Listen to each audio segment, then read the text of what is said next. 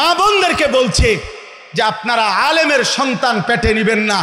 আরে বেটা বেয়াদব, তোর মতো বেয়াদবকে, তোর মা বাপকে যদি কোনো আলেমে দিন বিয়ে না পড়াইতো তো তুই ফজলুর রহমান কোনো নেককার চরিত্রবান কোনো পবিত্র নারীর ঘরে জন্ম নিতে পারতি না বেটা।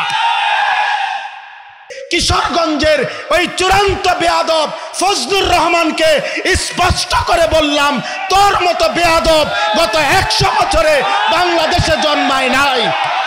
তুই স্বাধীনতার পক্ষের না, তুই স্বাধীনতার শত্রু, তুই এদেশের শত্রু বেটা।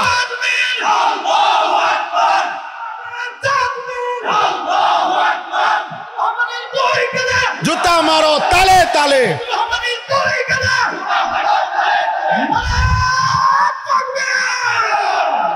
কিশোরগঞ্জের ওই বেয়াদব গত 60 বছরে তোর মতো বেয়াদবের মতো কথা বাংলাদেশে কোনো নাস্তিক মুরতাদ, কোন স্বঘোষিত মুরতাদও এত বড় কথা বলে নাই। দেশের মা বোনদেরকে বলছে যে আপনারা আলেমের সন্তান পেটে নিবেন না। আরে বেটা বেয়াদব, তোর মতো বেয়াদবকে, তোর মা বাপকে যদি কোনো আলেমে দিন বিয়ে না পড়াইতো তো তুই ফজলুর রহমান কোনো নেককার চরিত্রবান কোনো পবিত্র নারীর ঘরে জন্ম নিতে পারতি না বেটা। তুই এখন মোল্লা চেনো না? ইসলাম এক জিনিস, মোল্লাতন্ত্র আরেক জিনিস।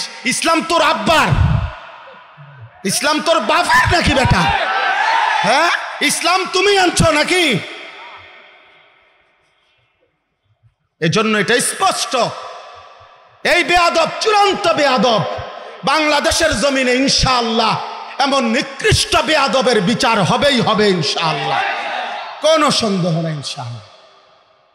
এই পর্যন্ত কেউ আপনার এই পৃথিবীতে, আমরা পড়ছি কিতাবে, ওলামায়ে কেরামের রক্ত বিষের মতো, বিষ যেমন মানুষকে শেষ করে দেয়, ওলামায়ে কেরামের রক্ত নিয়ে কেউ ছিনিমিনি খেললে, ওলামায়ে কেরামের ইজ্জত নিয়ে কেউ ছিনিমিনি খেললে, খোদার কসম, রব্বে কাবার কসম, আল্লাহ তাআলা ওই ব্যক্তি, ওই গোষ্ঠী, ওই দলকে বেইজ্জতি, লাঞ্ছিত, অপমানিত করেই করে, করেই করে, করেই করে। এজন্য 16 বৎসর যারা জুলুম করেছে, ওলামাদেরকে বেইজ্জতি করেছে, আজকে তারা নাই। এই বেহক এখনো বাংলার জমিনে বহাল আছেই আলহামদুলিল্লাহ। মামুন মামুনই আছে, মামুন মানে নিরাপদ, মামুন মামুনই আছে। ফ্যাসিস্ট নাই, জালেম নাই, অহংকারীরা নাই, অহংকারীরা নাই। এটাই রবের ফয়সালা, এটাই আল্লাহর ফয়সালা। ব্রাহ্মণবাড়িয়ার ওই বেয়াদব, ব্রাহ্মণবাড়িয়ার ওলামায়ে কেরামকে বারবার বিদ্রুপ করেছিল। তুমি ওবায়দুল মুক্তাদির আজকে ব্রাহ্মণবাড়িয়ার জমিনে নাই, কিন্তু ব্রাহ্মণবাড়িয়ার কওমি মাদ্রাসাও আছে, আল্লামা সাজিদুর রহমানও আছে, আল্লামা মুফতি মুবারকুল্লাহ আছে, থাকবে থাকবে থাকবে ইনশাআল্লাহ।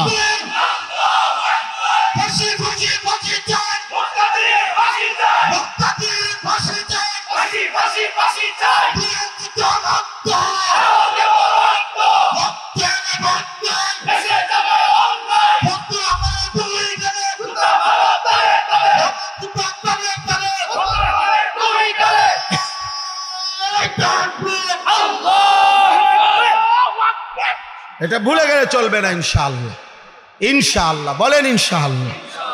হ্যাঁ, মুসলমান 16টি বছর আমাদেরকে জঙ্গিবাদ, এই সমস্ত উগ্রবাদ, এই সমস্ত শব্দ বলে বলে ইসলামের পবিত্র বিধান জিহাদ এই শব্দটা উচ্চারণ করতে দেয় নাই। অথচ আমরা স্পষ্ট বলবো, ইসরাফিলের ফু পর্যন্ত আল্লাহর এই জমিনে জিহাদ ছিল, আছে, থাকবে ইনশাআল্লাহ।